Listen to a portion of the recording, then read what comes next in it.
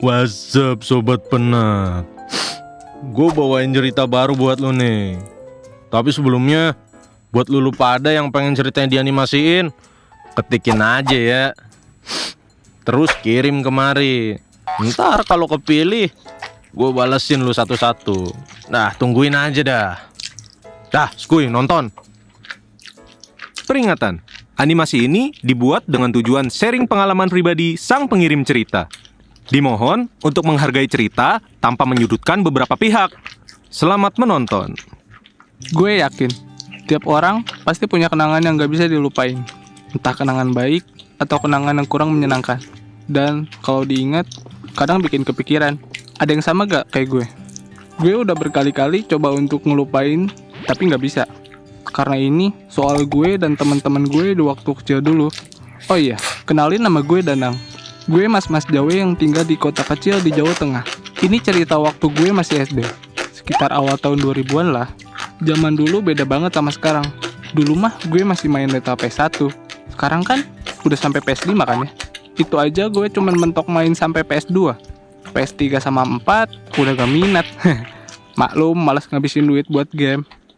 Gas, saatnya ke topik utama cerita ini. Dulu gue punya teman sepermainan ada 3 orang. Kalau sama gue jadi 4 orang. Mereka ini namanya Jalil, Nandar, sama Pandu. Kita ini 4 sekawan yang gak terpisahkan. Kemana-mana selalu bareng. Apalagi kalau pulang sekolah. Di zaman gue pasti udah main kelereng gitu. Kalau mau caper sama cewek ya paling ngajakin main petak umpet. Karena petak umpet cowok apa cewek semuanya bisa main. Namanya juga tinggal di desa. Kegiatan kita yang gak jauh dari eksplor alam yang ada di sekitar desa kita. Desa gue tuh masih asri. Masih ada sawah, kebun dan sungai yang cukup gede. Terus ada juga yang namanya kedung. Nah, buat sobat kota-kota nih, gue kasih tahu ya kedung itu apa. Kedung itu semacam ceruk atau lubang sungai yang tergolong sangat dalam. Dan ini terjadi karena proses erosi ataupun abrasi tanah. Sebenarnya nggak ada yang spesial sama kedung. Tapi semua orang di desa kami selalu mewanti-wanti buat gak main air di kedung. Konon kabarnya di situ tempatnya angker. Tempat yang penuh aura negatif. Sampai-sampai suka ada desas-desus sosok penunggu kedung di daerah gue. Tapi ya namanya juga bocah. Hal begituan ya diabaikan aja. Gue sama teman-teman gue berangkat ke kedung. Niatnya cuma sekedar main aja, gak sampai renang. Jadi kita berempat harus ngelewatin kebun dan sawah dulu buat ke lokasi. Sepanjang jalan kita nyanyi-nyanyi gak jelas, kadang bercanda gak jelas. Nah, sesampainya di lokasi kedung, kita masih dalam kondisi capek. Ya udah deh rebahan bentar.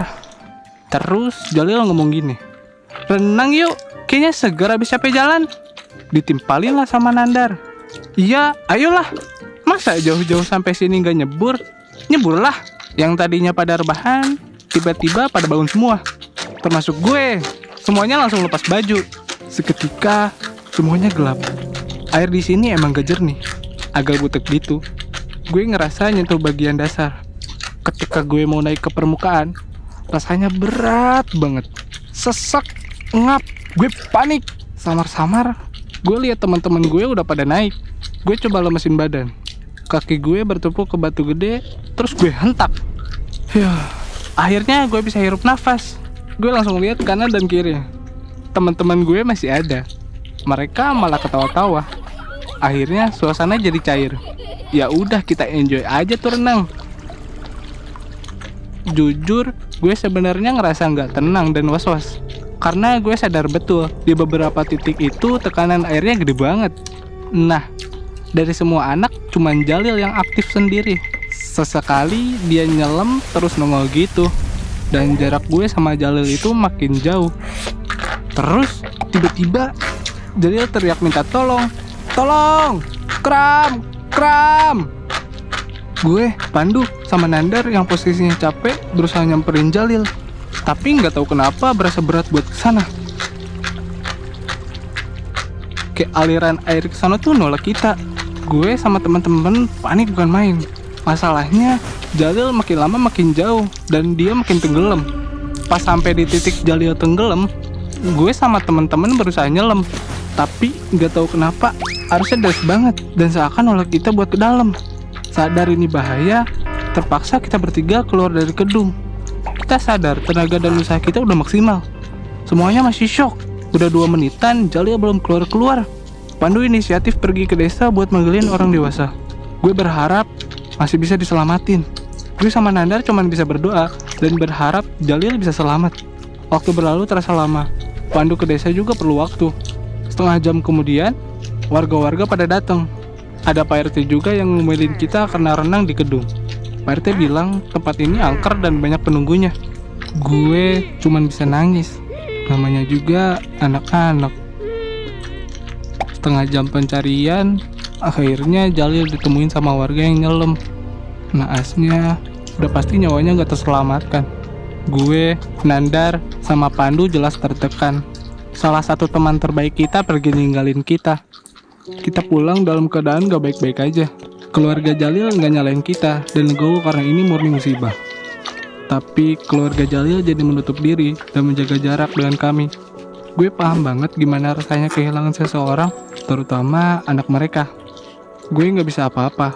Gue berharap Jalil tenang di sisinya. Kalau seandainya waktu bisa diulang, pasti gue dan teman-teman gue gak akan pergi ke sana. Karena kita gak tahu di titik mana arus airnya deres. Sekarang udah bertahun-tahun berlalu. Gue sama teman-teman melanjutkan hidup masing-masing. Coba Jalil masih hidup. Kenangan buruk itu gak pernah ada. Kita dewasa dan tumbuh bersama, pasti akan seru. Gue trauma, bener-bener trauma.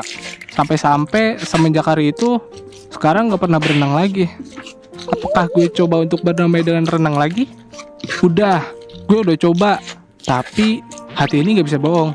Selalu ada rasa takut.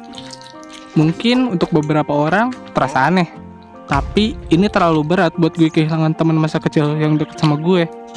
Dari sini gue sadar, kadang orang tua ngelarang ke suatu tempat dan kadang ngasih alasan gak masuk akal bukan karena itu angker atau apa, tapi emang tempatnya bahaya, apalagi tanpa pengawasan orang dewasa. So, please banget, kalian lebih aware sama tempat-tempat yang berbahaya dan jangan nekat.